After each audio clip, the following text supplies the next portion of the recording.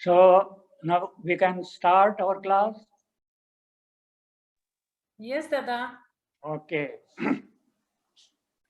Morning, our subject was neo-humanism, the philosophy of social justice and universal welfare, of which we presented it as the humanist part of the ideology of Anand Marg. Now, it was conducted more in the style of a lecture than a class. In our Anand Marg seminar, you know that it is conducted in the class style. So the teacher with a board and the chalk and the students with a notebook and the pen. That is how it began. Outside world, seminar may be presentation of a lecture or reading out the paper, but here in Anand Marg, it should be in the style of a class, the teacher conducting a class. Morning, I felt it was more like a lecture than a class. So today afternoon, I like to present the topic in our usual Anand Marg style, the class format.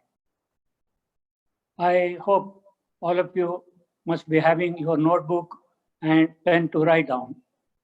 That will be convenient. So the topic is, as I told earlier, becoming a neo-humanist. Becoming, be dash coming. We, our existence, we want to come to what? That entity called neo-humanist. That entity called Proutist. Whatever we want to become, that is before us, and we want to be that. So becoming, we coming to neo-humanism and become a neo-humanist. So to become, we must know first what we want to become. To become a neo-humanist, we must know really what is neo-humanism. For example, to become a Proutist, we must know what is Prout. For that matter, anything. So to become, one must know what he has to become. To become a neo-humanist, we must know thoroughly what is neo-humanism. Its ideas, its concepts, its principles put together, what we call neo-humanism. We must know, at least fundamental. Then we can become. Because it is said, knowing is becoming. Becoming is knowing. To know Brahma, the supreme entity, we must become Brahma. That is the only way to know Brahma. So for that matter, we have to subjectivize whatever knowledge into our life, practice. So to become a neo-humanist, very important than just knowing neo-humanism. So to become neo-humanist, know first neo-humanism and become a neo-humanist and neo-humanistic living. The world will know us from our living. World can also know us from our thoughts and concepts, ideas. So, but they will be more convinced or they can accept us when these ideologies, these thoughts are practiced, come in the form of a living. So neo-humanism, knowing, becoming, and living. So before we can become a neo-humanist, which we all want as an Ananda Margi, even otherwise, so we must know what is neo-humanism. Morning, I dealt in some detail its background, the propounder, some other things we already have heard. But now in this class, I like to present the concepts contained in neo-humanism. I hope if you have the notebook, if it is written down first, then I can explain subsequently. So these are the points, concepts, which a seminar participant of this studying neo-humanism must know some of the fundamentals. There are about 15, 16 points. If you can note down, it will be better. If there is some organizer can note down on the board, others can note it down or just can read. That is left to you. But in India, when we are conducting seminar, we usually have a board and the trainer, class teacher notes down the points, or there is a notebook, seminar notes that is before them in printed form. But here I will mention those points, which if possible, you note down. Otherwise, you can hear. There is no other way. Humanism, human value, human right. Value, existential, utility, and social. Existential value, utility value, social value. In regarding, these are the three values dealt in neo-humanism. Next point, our faculties, instincts, sentiments, thoughts, ideas. In our mental realm, in our psychic part, there are instincts, sentiments, thoughts, and ideas. So that is all should be known. Third point,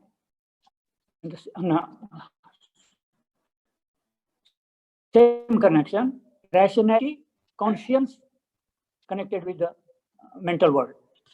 So third, dogma and ism. Fourth, the motivational factor, Atma Sukha Tattva and Sama Samaja Tattva. These are two original words coined by Baba. Next, proto-psycho-spirituality. Proto-psycho-spirituality. Next point, physicality, intellectuality, and spirituality. The three realms, physicality, in bracket, reality. Next, intellectuality and spirituality. So next point, intellect and intuition. Seventh, liberation of intellect. Liberation of intellect. The next point, exploitation, exploitation and utilization. There are two words, exploitation and utilization.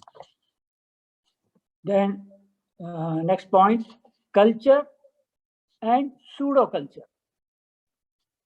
Culture and pseudo-culture. Next point, demon in human form and blissfulness, blissful in human form. Two types of personalities, demon in human structure or human form. Other one is blissful in human form. So next point is new era, new generation and ideology. So Baba mentions of the new era, new generation and the ideology for that generation. So then there is also then ideal life.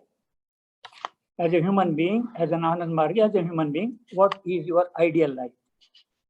And in the same connection, or point was left, devotion, and next spirituality, perfect and pseudo. Perfect spirituality, in spirituality, perfect spirituality and pseudo spirituality. Spirituality, imperfect spirituality. So these are few points regarding spirituality. One point also mentioned, we must know group psychology and service psychology. And lastly, your task, your gospel, the task and the gospel. with this, these are some of the points. A person who wants to become a neo humanist, who wants to know humanism, these essential concepts should be known. So it's a long thing, much can be said about it, but in this 1 hour class, we can only give a little idea of it, so that you, when you become interested, you can go through concerned relevant books and enrich your knowledge regarding that. I think whatever little time spent, they are noted down. That makes me easy also to go ahead. That is all part of the subject of knowing neo-humanism. Then to become neo-humanist, what should we do? What should you do? In that note I had given, which Chit Krishnanand might have given you earlier. For that is all this, to become an inner transformation is required. It is not just by intellectual understanding and we have become a neo-humanist. It is not so. So intellectually we have understood and appreciated, but to become neo-humanist, that requires an inner transformation.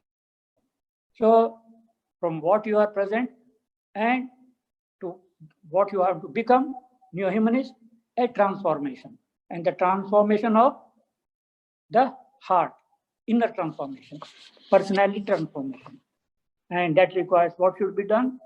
The adopting a subjective approach through objective adjustment, cultivating devotion, and practicing spirituality as a cult, as an essence, as a mission. So devotion and spirituality come in the picture for this inner transformation. And what is the link between devotion, spirituality, and neo-humanism? They are all interlinked. So to become a neo-humanist, we need to cultivate devotion, and to cultivate devotion, we need to practice spirituality, and that spirituality, that devotion is reflected in our behavior, external behavior, in the form of neo-humanism. So they are interconnected. Then finally, this spiritual practice, this is a general word. Coming back to our fold of Anandamurti or Sri Prabhat Ranjan Sarkar, who propounded the philosophy of neo-humanism. He is also propounded or presented the process of spirituality, a process for the transformation of the self from the lower to the higher. So how we can make becoming a humanist and relevant to the spiritual practice Anandamar. Morning from Parameshwarananda, we have heard the Tantra and spiritual practice of Anandamar.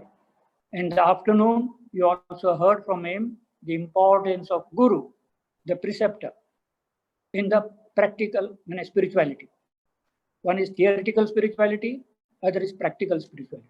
And if Guru has a role in practical spirituality, and most important, vital, so that all you have heard. So when it comes to how Anandamar spiritual practice is connected to the concepts of neo-humanism, how that is to be also explained. So the becoming a neo-humanist is we can say in first part is knowing the basic concepts of neo-humanism. Second part is how this inner transformation can be achieved, what is the practical steps in that. And third part, how those practical steps are explained or practiced in the cult of spirituality of Anandamar, which we are practicing. How our practice, Anandamar spiritual practices, can lead us for our inner transformation as the humanist, neo-humanist. So that is the last thing. And meanwhile, some miscellaneous questions. Can one become a neo-humanist by practicing the religions? Can religion produce neo-humanist? Religion as practiced today, or as conceived today? So that is incidental. So this the my subject of today's class, Becoming a New Humanist, in 3 parts. The first part, the concepts were told, not explained. So if I explain briefly, so first point I said, value. Value means worth. Worth of a thing is its value. Worth of a human being is a human value. Worth of anything, an animal. So then comes human value, then an existential value. What is this existential value? So far, it was not at all popular. We know human value, we know utility value, we know social value. Social value is important. A person who is prosperous, money, has power in society, he is held high, he is very valuable person. Compared to that, others' life may not be so important, but he is very valuable. He has a social value. So the world is after the social value, and you get a social value by your power you hold, money power, political power, whatever power. So you are socially more valuable. So that we know, and we are all after it. Second is utility value. A thing has a value if it is of our utility. A horse had a value when we needed it to drive our cart. Now we have vehicles, so horse is not required, though, so we don't have any utility value for horse. So that being, that animal, not anything which doesn't have utility for value for it, we are not going to protect it. So let it perish. So utility value, relevant or in connection what it can do for us. If a utility, we'll protect it. We will get a value. That is called utility value. So in New Humanism, this existential value, what is that? Whatever that exists in this creation, whatever is created by the creator, that has a value. That may have utility value for us, it may not have, but it has a value. When it doesn't have a value, utility value for us, we discard, we ignore, we destroy it. And New Humanism says, no, you have a little knowledge. With that little knowledge, you assess that it has no utility. But in the creation, in the creator, in his creation, everything is set meaningfully. So you may have a utility value, you may not have, but it has a value because it exists. That is called exist value. So New Humanism, value system of New Humanism that exists has a value and it should be protected, cared, not destroyed as you, according to your will. So in the value system, human value, which we know, existential value of each and everything, and utility value, we know it, and social value. So most important is existential value, and New Humanist gives recognition to the existential value, each and everything, whether it is of utility or not. Then coming to the faculties, instincts, sentiments, thoughts, ideas. The instinct and our psychic structure, below is material, psychic, and spiritual. So instinct or body is a physical body, and the lowest part of our Kamamaya kosha, dealing the physicality. So instincts are located there. Animals have all instincts. Human beings coming from animal, it also have the instinct. So one are instincts. Living beings are guided by instincts. We also guided by, for some of the things, instincts. Then with evolution of life, sentiments develop, more and more subtle, higher sentiments. So instinct becomes weaker, more important becomes sentiment. And as a human being, we have very much sentimentally developed. Then with further evolution of life comes the thought, rationality comes in picture. Intellect develops. So the thought penetrating power of intellect more. So we become more and more thoughtful and we develop rationality. What is rationality? Separate thing. Capacity to reason and analyze. So rationality, that is an asset of human being and it should be respected and encouraged. Then lastly, the idea, which we know, that's an idea, but idea has a spiritual significance. It is on the other side, just like physical and psychic instincts lie at the bottom of the psyche. At the top, mind and the spiritual, highest point of mind and lowest point of the spiritual, that borderline, there lies the realm of ideas. So in Sanskrit called bhava. So man may be, human being may be guided by instinct, sentiments, rationality, and idea. And from this idea, when all these thoughts, sentiments are in line with that idea, then it becomes ideology. So without that idea, without that spiritual significance, there can be no ideology. That can be a current stream of thoughts, stream of some so-called ideas. So in the faculty, these are the four aspects we must know. Neo-humanism deals it, what is important, and all the things. Then come the dogma, very important. So what is dogma? Morning I might have explained. Dogma is an idea with a periphery. And one intellect cannot transcend that periphery. You are not given freedom to reason or discuss or debate on it, but that is imposed. You have to accept it. So when such ideas with a periphery are imposed and freedom of thought, intellect is not given scope to discuss, to reason, to analyze, whatever it is, then that sort of imposed idea, constricted idea, peripherized idea is dogma. So that also people are guided to a great extent with dogma, and that dogmaism is nothing but, morning I said, it's a collection of this dogma sentimentalized dogma, sentimental peripheralized idea, which has no support of reason. That is called dogma. And that is dogma presently in the realm of economics, in the realm of politics, in the realm of sociology, realm of religion. So various human activities, realms, everything is dogmatized, because of which human progress is checked. So that is about dogma. And then comes your how to live intellect. So when intellect is dogmatized or imposed, freedom not given, that intellect feels bounded. So with a bounded intellect, how it can lead humanity, how it can guide your life.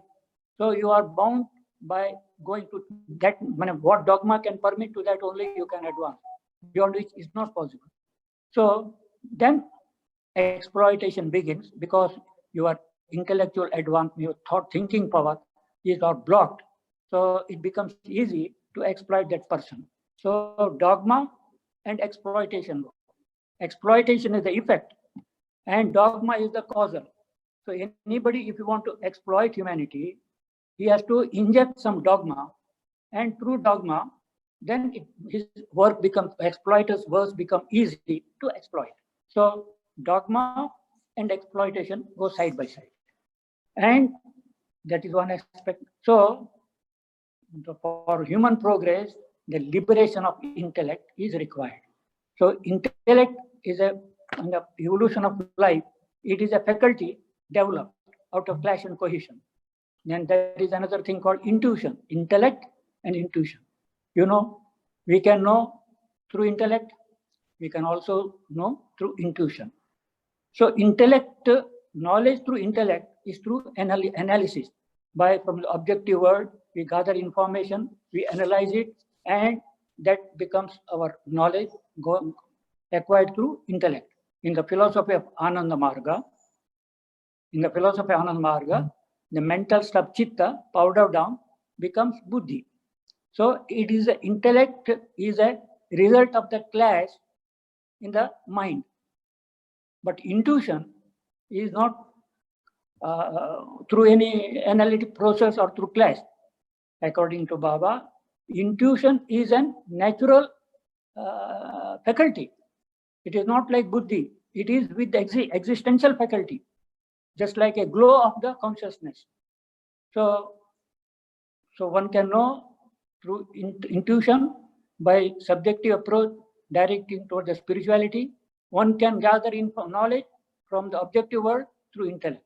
So that knowledge which is acquired through objective world, through intellect, is a relative knowledge, and that knowledge which is acquired through spirituality, direct in mind in a pinnacle, then we get intuition in that knowledge, intuition, whatever it is, intellect and intuition.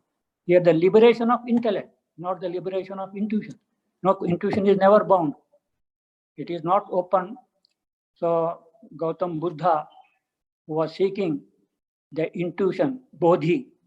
So he was trying his best to get that bodhi, through which he could know, solve the problems of existence. So he was not able to get it in firm determination. By grace of the Lord, he may not accept Lord, but there is some grace of the higher forces. He was enlightened, and with that he could come out with solution and enlighten the people. So that is bodhi, intuition. That is what we see also in Baba.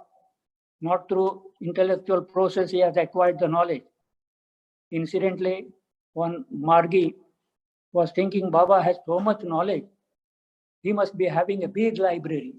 Man thinks from his own standard. So he must be having a very big library. So he got a chance, old days, he got a chance in Jamalpur,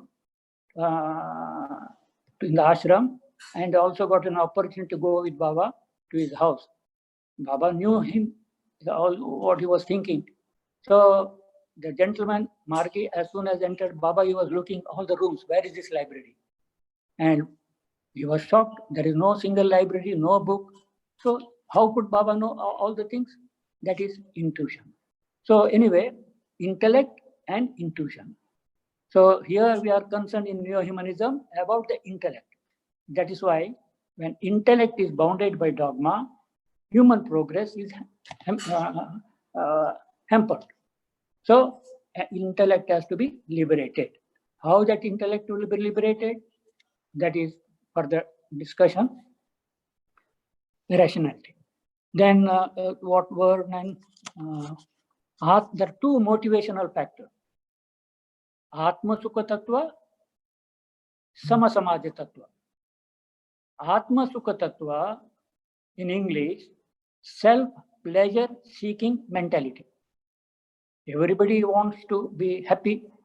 Everybody has personal interest. No, so self-pleasure, pleasure for the self. That mentality which is there. And other is Sama Samaja Tattva. No, not my individual interest only, with for the interest of all. So that motivational factor which helps humanity, human beings, to go with collectivity, go with the collective interest. That is, that motivational factor is called Sama Samaja Tattva, English, principle of social equality. These are two things. To give an example, capitalism. Capitalism totally based on Atma Sukha Tattva. The Adam Smith, the philosopher who gave the philosophy for capitalism, that human beings are by nature selfish. And to fulfill his selfish needs, he goes into economics, acquires wealth, and state should not come on the way in acquisition of wealth and resources. That is the fundamental philosophy behind the development of capitalism. Before there was that hindrances. You cannot acquire any amount of wealth that belonged to the king. So after that revolution, Renaissance movement in Europe, then movement against the church, movement against the king, and in that process, democracy came up politically, and the basic points of the capitalism was accepted, and that went on. So fundamental capitalism is based on the human greed, and state should not interfere. Any amount of wealth, resources you can acquire, it is natural, because man by self is natural, and let him give him a free hand. That is Atma Sukha Tattva in the philosophy of neo-humanism. So most of the things which has no concern for the human welfare, collective welfare, that is all comes under Atma Sukha Tattva, including religion and so many things. All Atma Sukha, great intellectuals, who great knowledgeable people, but when it comes to that self-pleasure, knowing all the things, they will side with the self-pleasure. Atma Sukha Tattva. That is the pity. That is why we cannot do much progress. Then, what is this Atma Sukha is based on? This Atma Sukha is based on, in the philosophy of neo-humanism, on dogma. So dogma and Atma Sukha Tattva. Why Atma Sukha Tattva? Why dogma? Because it's help my self-interest. Because of this self-interest motivation, dogmas are introduced, giving a cover, intellectual support for the Atma Sukha Tattva. So capitalism, it is a natural. So accept it. That is a dogma, and people are prospering. Selfish interests are promoted. So that is a dogma in the economics, dogma in religions, dogma in any field. Behind the dogma is the mentality of self-pleasure seeking. And that leads to, when collective, against the collective interest, that leads to exploitation. So that is why the other way to establish an exploitation-free society, we need to have a dogma-free thinking. And to have a dogma-free thinking, we need to have intellect liberated. So if intellect, which has to break all this dogma and lead humanity for progress, if it is intellect is blocked, then how progress? That's why neo-humanism demands, ask, liberate the intellect. Liberate the intellect. That is the cry of neo-humanism. Liberate the intellect. Liberate from what? Liberate from dogmas. That's why our slogan is dogma, no more, no more. So Atma Sukha Tattva and Samasamatva. Then comes physicality, intellectuality, and spirituality. Very beautiful thing. Human existence is a three realm spheres: physical, psychic, and spiritual. We are a physico-psychic being, and we have an expression in all these strata: physical expression, psychic expression, spiritual expression. So physicality, what is this physicality? That is an existence. What is that existence? We do not know.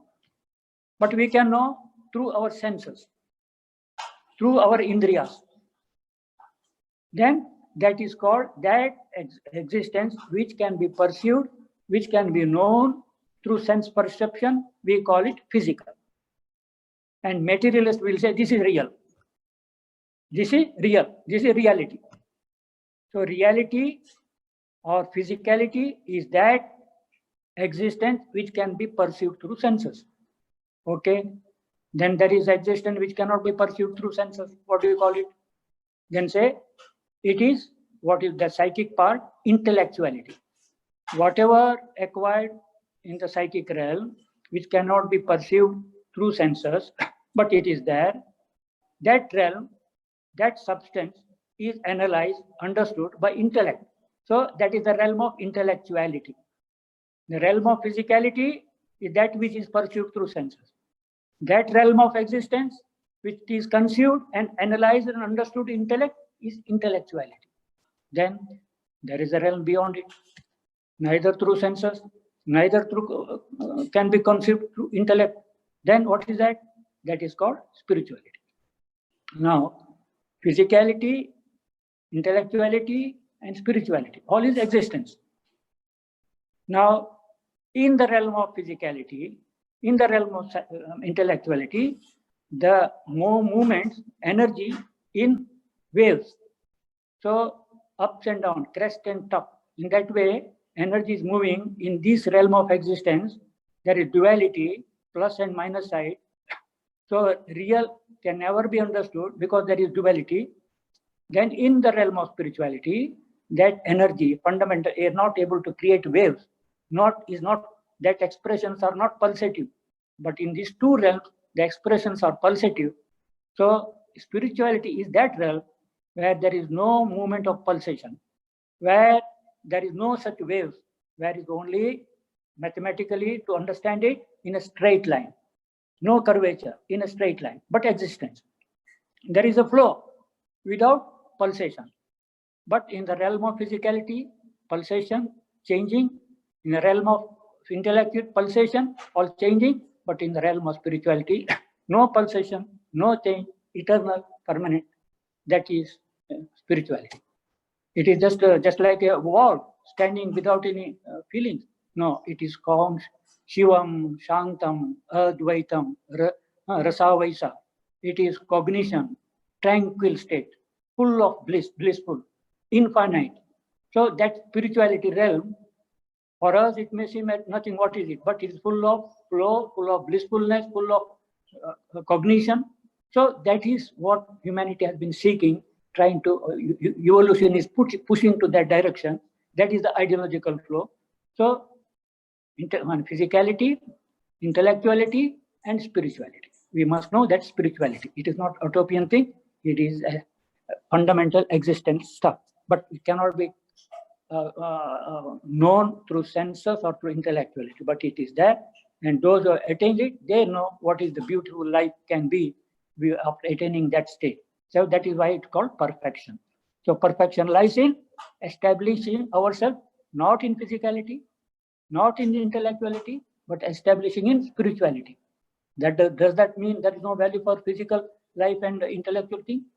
Definitely.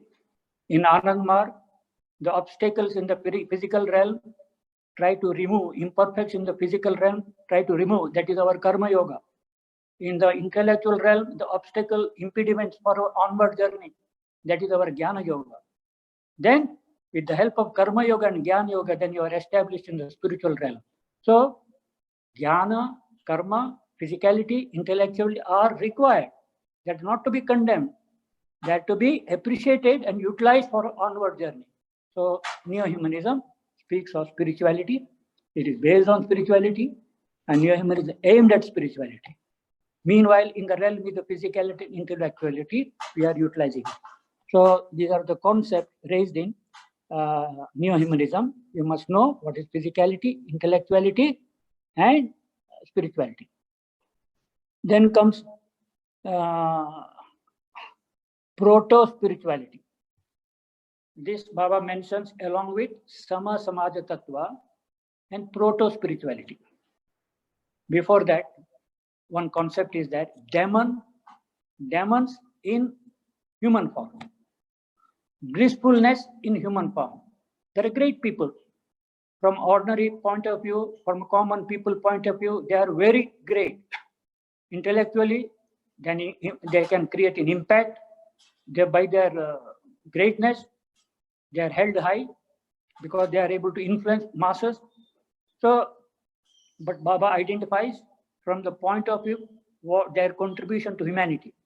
Those so-called great people who cleverly and cunningly, they have gained popularity, but internally they have created such a thing or to save their, protect their vested interest, done great harm to human society. Baba names them demon in human form. So there are many demons in the past, not only in the political sphere, not only in economic, not only in the social, even in religious sphere. There are demons. There were demons, there are demons in human form. So doing great harm to human society and they have harmed, they are harming, and they remain, they will continue to harm. That is their nature. But in human form, we think them great because they influence us by their oratory, by cunningness, by their so many things. So, but what result?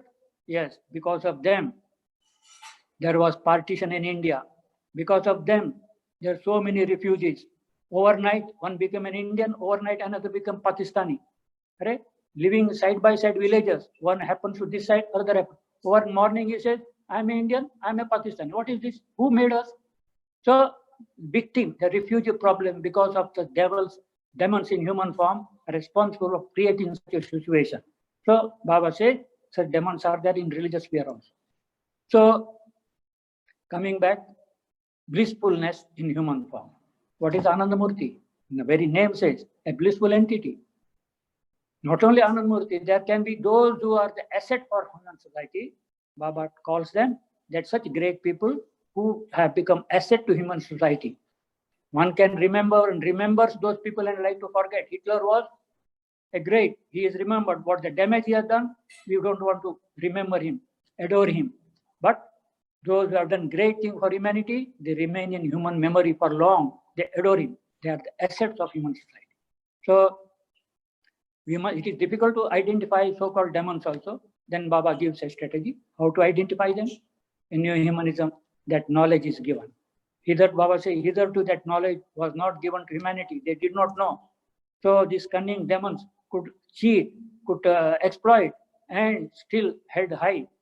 But hereafter, it will not be so, because now you have a measure to measure the person. So that is, he says, Sama Samaja Tattva and proto-spirituality, proto-psycho-spirituality. So Sama Samaja Tattva, maybe morning I have explained, otherwise it is repetition, to move in collectivity, in each member in unison towards the goal, moving.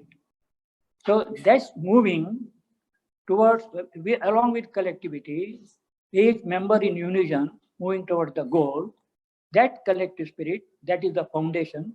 This is Samaja Tattva, principle of social equality, and this is the foundation of human society. Only this can be foundation of human society. Otherwise, without that foundation, without Sama Tattva, without awakening, moving together, that society can never form. So then he said, that's why those people should anything, any idea, any theory in agreement with Sama Tattva, welcome it. Any idea, any theory against the Sama Tattva, objective, discard it, oppose it. So Sama Tattva in the human interest, in the collective interest, is identified. And who is the demon, who is unblissful, from this Sama Tattva, we can know. But how to identify them still then? Baba says, yes, Sama Tattva is the platform, but standing on platform won't do. You have to run. Just like for a race, you have a ground, race is held. But only ground, no running, then it is not a race. So you have to run. That running momentum you get from proto-psycho-spirituality. What is proto? Proto means towards. Psycho-spirituality. This part in the psychic, other part in the spiritual. Dharma also same thing. Psycho-spiritual longing, psycho-spiritual. Beginning in the mind, ending in the spiritual. Psycho-spiritual. And that which promotes the psycho-spiritual is proto-psycho-spirituality. So this is a mentality. Proto-psycho-spirituality is a psycho-spiritual mentality. And what is psycho-spiritual? We know in the language of Anand Math, a bhava, Brahma bhava. Brahma and ideation of Brahma. So Brahma is spiritual, ideation is psychic. So ideation of Brahma is proto-spiritual. And that mentality of proto-spiritual is proto-psycho-spiritual. So proto-spiritual mentality is proto-psycho-spirituality. Those who are established in bhava and moving with collective spirit, Sama Tattva, leading humanity, only they will be able to identify who is demon. Because when you move with the collective, with this bhava, this ideation, those who are against it, they get exposed. Those who support it, they are with you. So those who oppose it, till then, there was no race. There was no clapping. Oh, they were all praising. But when race starts, they won't join. Because they cannot go with collectivity. And they can't move also, that ideation. So the demons get exposed. That's what Baba has given. This is a measure stick to expose those invested interests, however great they may be. Otherwise, everyone is a great, exalted person. How to know? So then another thing. So, Sama Tattva, proto-psycho spirituality, and proto-psycho, both together is required to expose the demons in human form, and that is, you must know, proto-psycho spirituality. Then comes the culture and pseudo culture. Baba used many places pseudo. pseudo-humanism, pseudo-humanist strategy, pseudo-spirituality, pseudo-culture. Pseudo means false, not genuine.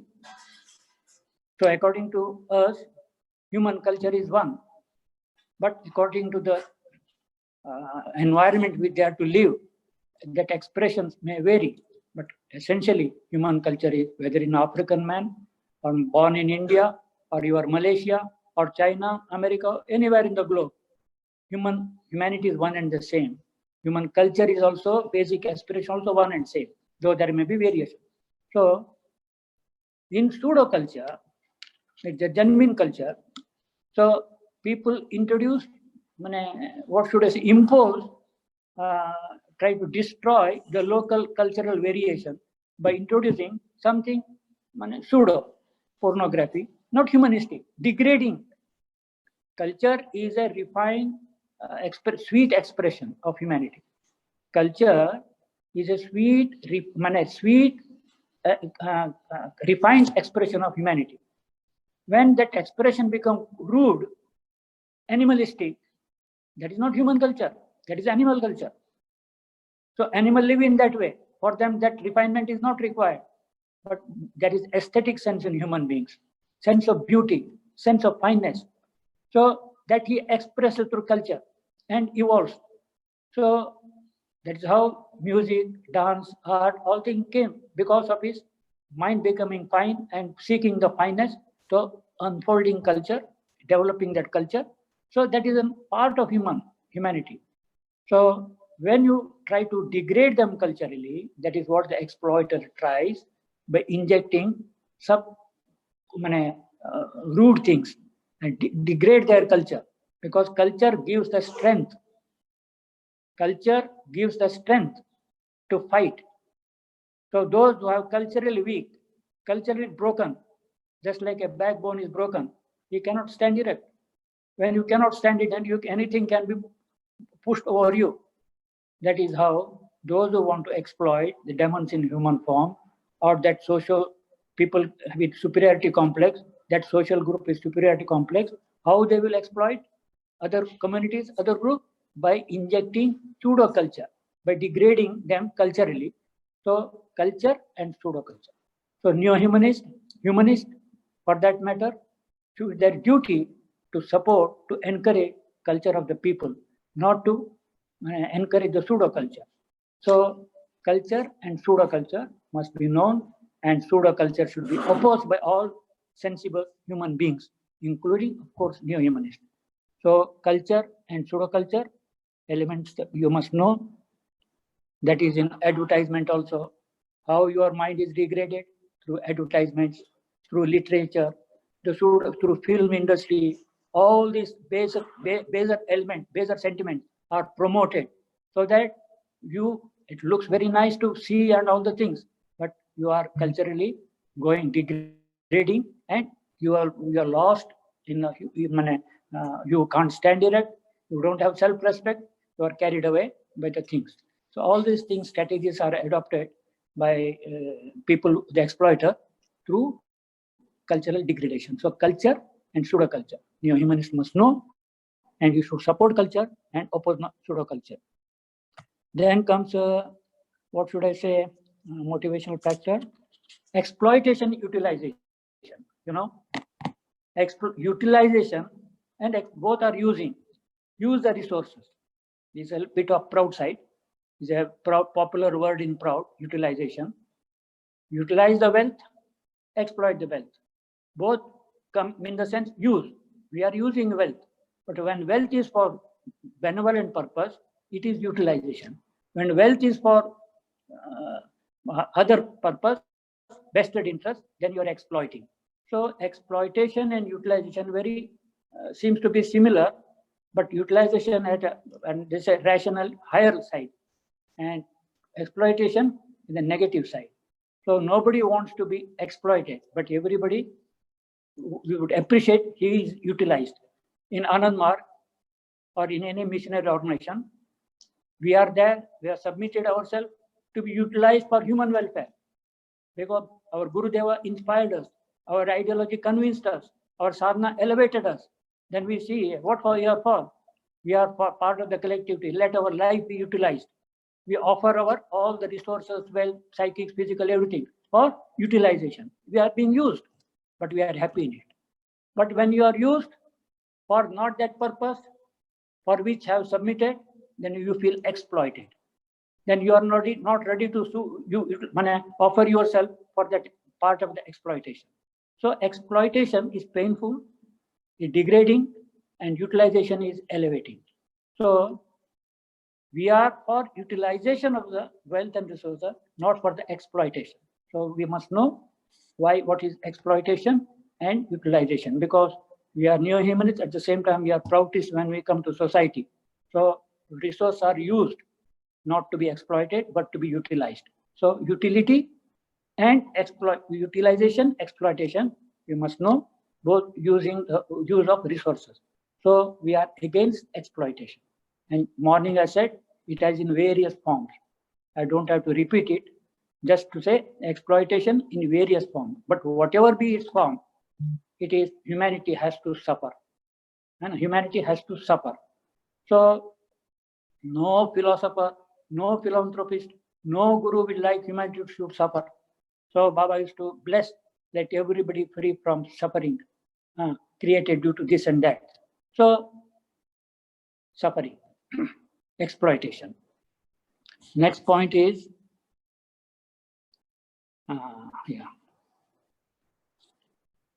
coming back to devotion.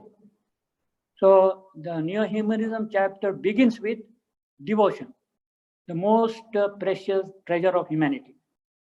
And the Neo-Humanism chapter, book ends with again mentioning devotion as cult, as a mission, as a principle, and as a mission.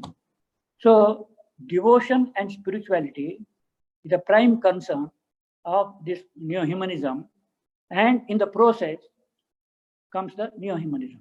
So devotion is also sentiment. Human being is sentimental. When sentiments are directed towards finite, towards objectivity, towards world, that is worldly sentiment, worldly desires.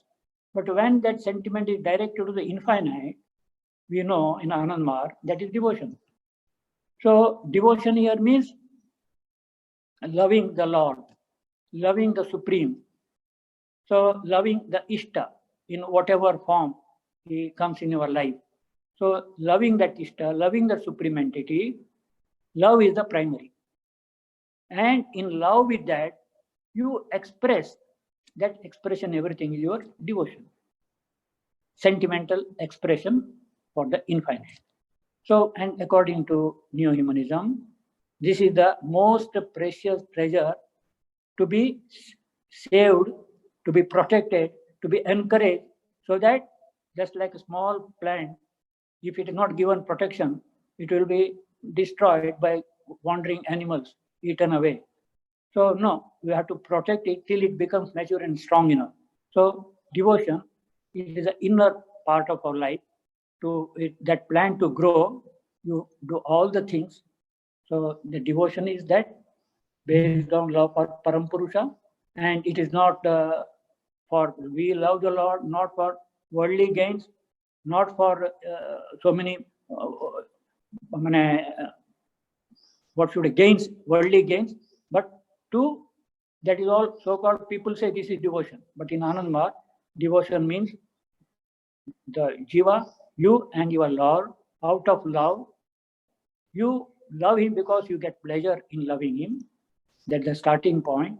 And you continue to love, then I love him because my dear one, my beloved one gets happy by my services.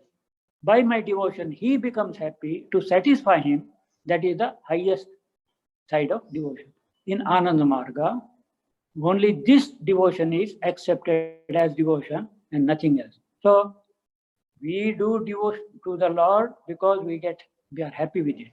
We get happiness out of it.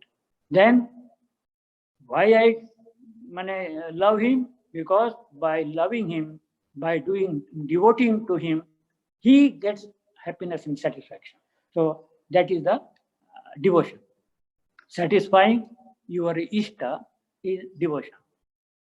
So once I got a chance as an RS, Allahabad, 1968, Allahabad in UP, Uttar Pradesh. I was Allahabad RS. So there was a Kumbh Mela. You know, Kumbh Mela every 6 years, 12 years happen. That was a big Kumbh Mela in Haridwar. So millions of people gathered, and Anand Marg Baba had launched a program, Cheap Kitchen. Cheap Kitchen. So no loss, no profit. So that is a service, and I was being the RS that organized the kitchen, thanks that day. And very successfully, so many people got benefited. It came in big paper, newspaper, and incidentally, Baba had come to nearby town near Delhi, that is Meerut, DMC. So I was in Haridwar, and I was called to participate, to being the RS, I have to attend. I was called, then I went to Meerut. Baba was then in the chair with his Ganji, free mood, and I was told by Sarvatmanaji, Dada, RS has come, Rameshwaran. So he was told I had been to Allahabad, Kumbh, Haridwar. Then Baba inquired, I told Baba, so much work has been done. Baba asked, the Jana Narayan, the Narayan, among in the people, Jana Narayan, satisfied? I said, yes, Baba, they are all satisfied, because it all came in newspaper. Then he said, Atma Tum Narayan, you are satisfied? Narayan in you is satisfied? I said, yes, Baba, we have done our best. Then he asked, my Narayan satisfied? Am I satisfied? He is a Guru. So Narayan in people, Narayan in yourself, Narayan in the Guru. So pleasing Narayana, pleasing Ishta is devotion.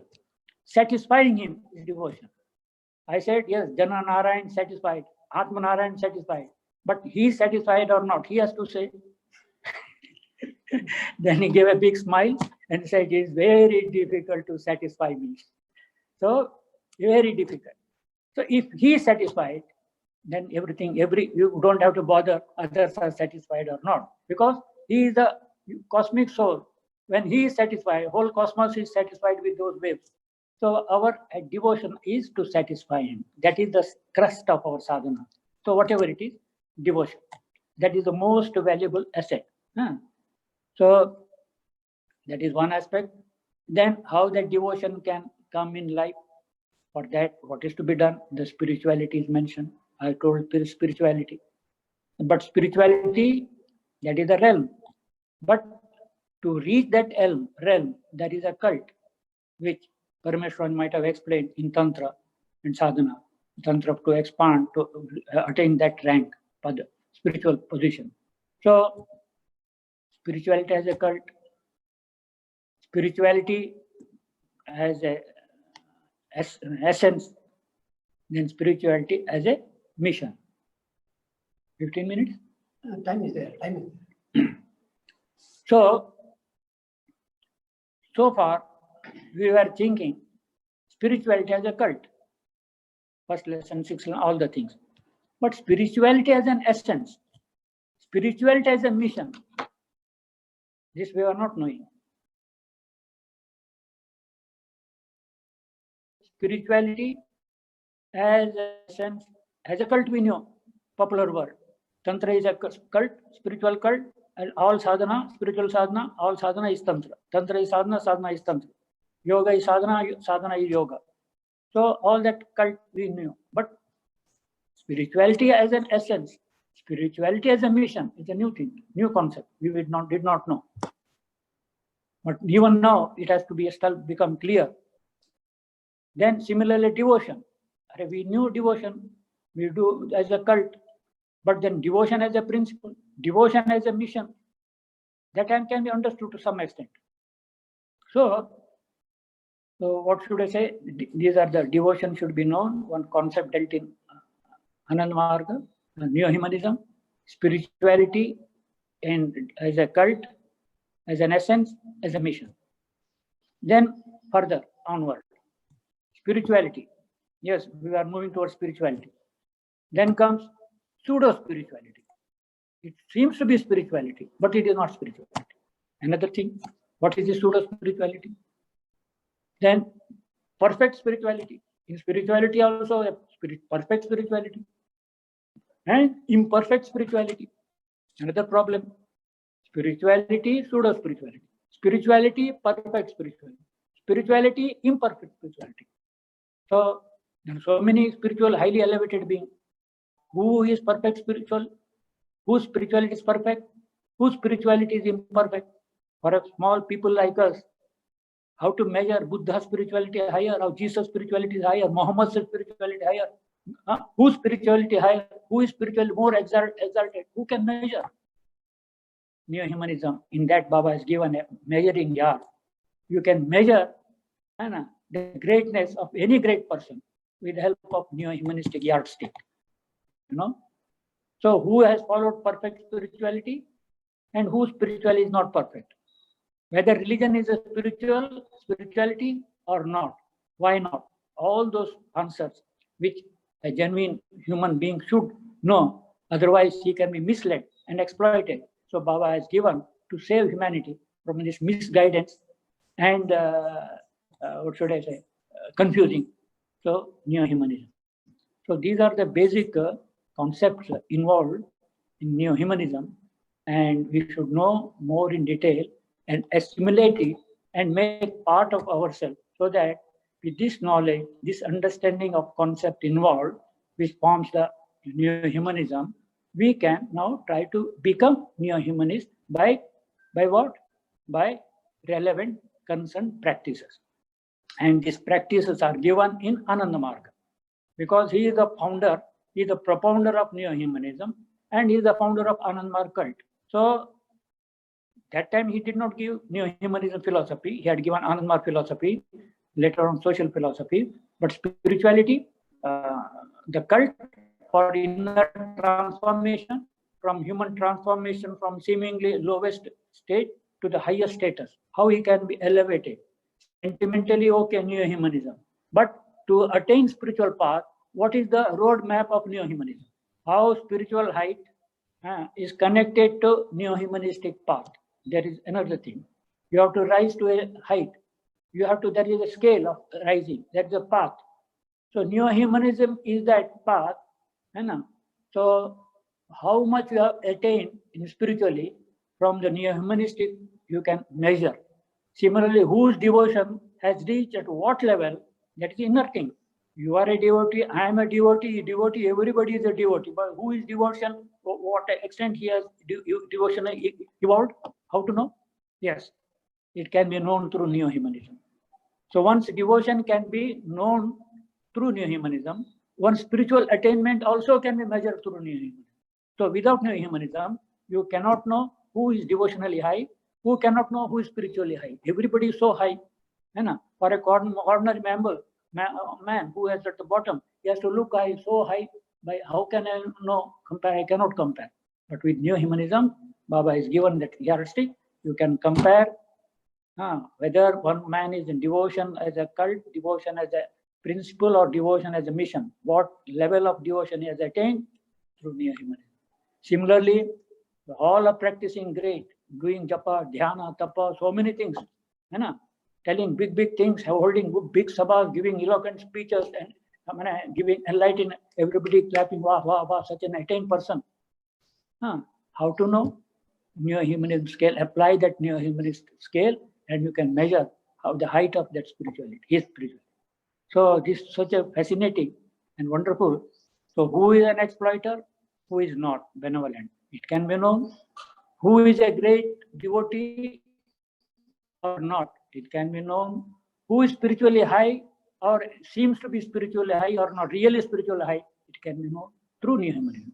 Such a fascinating, such an important philosophy. So human beings, because of it, human beings cannot be misled. Human beings cannot be exploited, because you know what is what.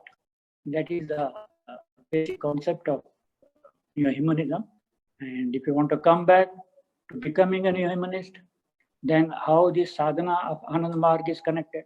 How much time we have? We are under 10 minutes. 10 minutes.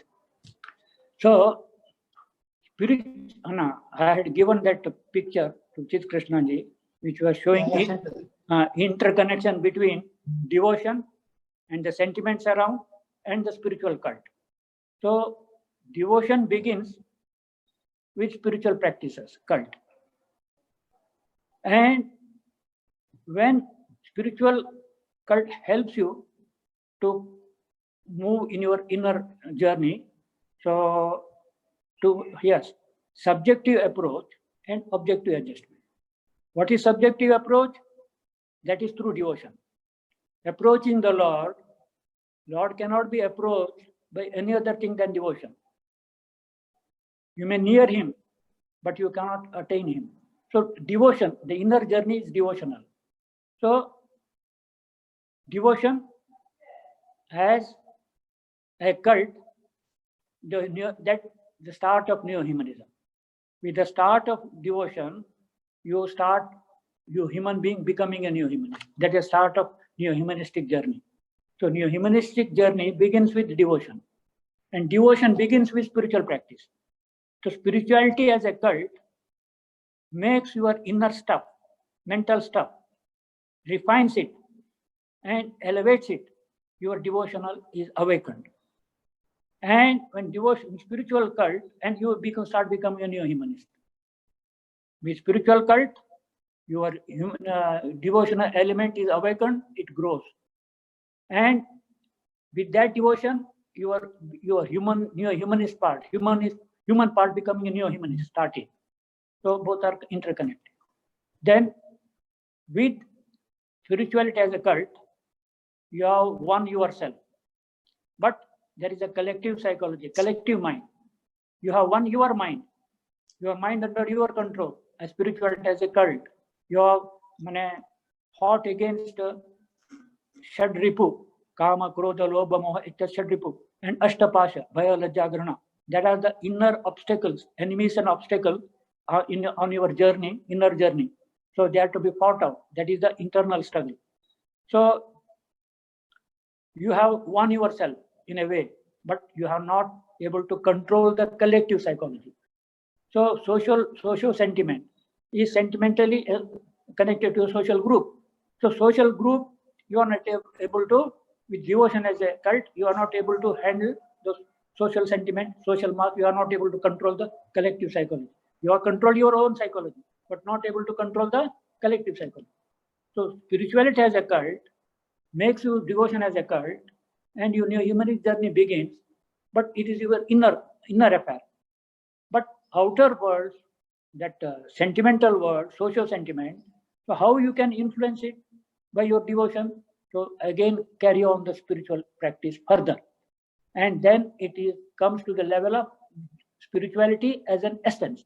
Means then you are able to, spiritually, you are too elevated, you can send vibrations, waves, and give a direction to the collective psychology.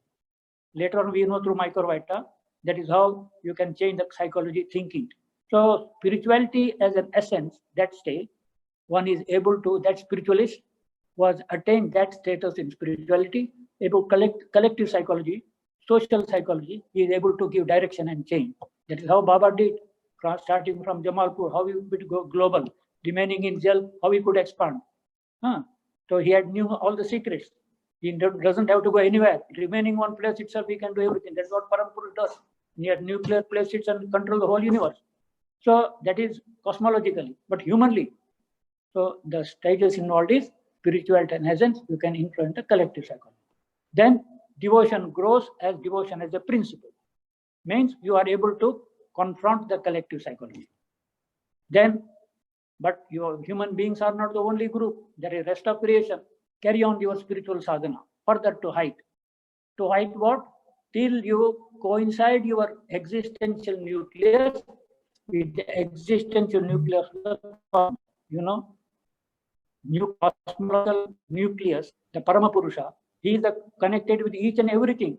So that cosmological nucleus is located in each and every one of us. Our own existential nucleus is part of that cosmological nucleus. So one is able to raise to that level and coincide one's existential nucleus, psycho-spiritual nucleus, with the cosmological nucleus. Then what happens? There is oneness of the soul with the cosmic soul. And that state, he feels in his embrace the entire creation in his embrace, as Paramapurusha is holding whole thing, and he being a part of Paramapurusha, he also feels the same thing, everything coming from here. So that is the spirituality as a mission, and devotion with that grows devotion as a mission. And that is reflected in neo-humanism. He is serving entire universe, all creatures as his own. That is, Baba says, the supreme status of neo-humanism. Whole cosmology, whole creation comes in his fold, feels realized, I am one with him. Because of that one with him, everything out in the universe become one with it. So with that spirit, he is able to serve humanity the maximum, and that is what Baba, as a neo-humanist, now we can know. He is the Paramapurusha, whatever he knows. But for us, yes, he is a neo-humanist par excellence, and dedicated his whole life to the last, to the, what should I say, elevation of humanity. So, and lastly, I read out is what a message when he was to leave the physical frame body in the 21st June 1990. So that was the oath he took. You must be knowing, some of you. If you do not know, this was the oath taken by Baba from Acharyas and Avdutas of Sevadal on 12/10/1990.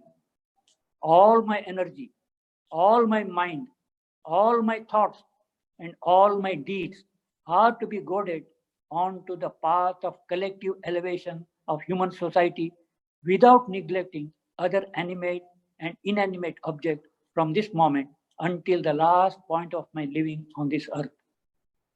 And on 20th this October, a day before departure, the oath taken by Baba from LG's Samaj cadre representative and LFTs on 20th 10/90.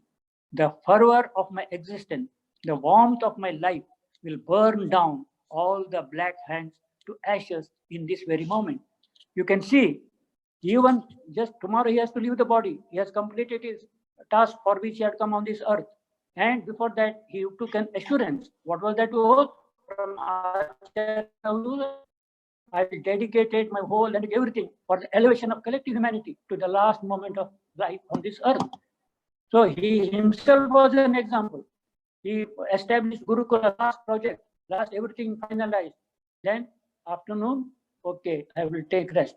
To the last moment, what he took the oath from others, he himself carried that oath. That is par excellence example. So that was his concern. He was a proutist. He was a spiritualist. He is a God in everything. But what was his concern? Elevation of humanity, without neglecting the animate and inanimate world. That was exactly the mission for which he had come. He was the cosmological order somewhere there, but feeling the cry of humanity. First World War over, there Second World happening, humanity will be perished. No, I have to save. Could feel the calls, pangs, pains of the downtrodden humanity, of downtrodden humanism. He had to enter, come, and he had planned the task, the new humanism. Through that, it will appreciate for all the things. So he did not take the oath as a proutist. He did not take the oath as an Anand Marga Guru. He took the oath of new humanism. This is reflected. That was his concern before leaving the body. So he had to take, to assure himself, my task will be carried out by my acharyas, my avdutas, my didis, and my all cadre. That was he wanted to take assurance. That was his concern for which he came on earth. And with that concern, he passed on that concern to his dedicated cadre, so that remaining invisibly, he will continue to work. But his visible cadre, visible margi, will be carrying out that mission. The mission of establishing a neo-humanistic society. So that is the so much importance of neo-humanism. How we can become a neo-humanist. For those who practice sadhana, can be further elaborated how to connect it to lesson number 1, lesson number 2, all the concept involved in proto-spirituality or this and that, how we can win over through parts of lesson, that is further thing. But today, to become a new humanist, one has to resort to spirituality, which is not just a spirituality as a cult, winning your own self, but winning the collective mind, and finally winning the whole universal mind. And that status you can only attain when you merge your identity, your nuclear conscience with his, we become one with him. So his work becomes your work, you are his work. And in that process, the devotion in the heart rises up and it becomes a missionary form. So Anand Maharik becomes a missionary of devotion. That is what really is. We have to become missionary of love, spreading the gospel of love, universal love, and Bhavanam Kevalam, all glories to him. That is the devotional par excellence. And to become a neo-humanist, devotion, spiritual practice, and that is how we become neo-humanist. And we are as neo-humanists, we are the hope of humanity. If we are not delivering that, then we have disappointed the Lord. So that should not happen. So we have to enlighten humanism, become a neo-humanist, and start living as an example of living neo-humanism as a lifestyle. So with that, I conclude my present class. Thank you. Namaskar. Namaskar.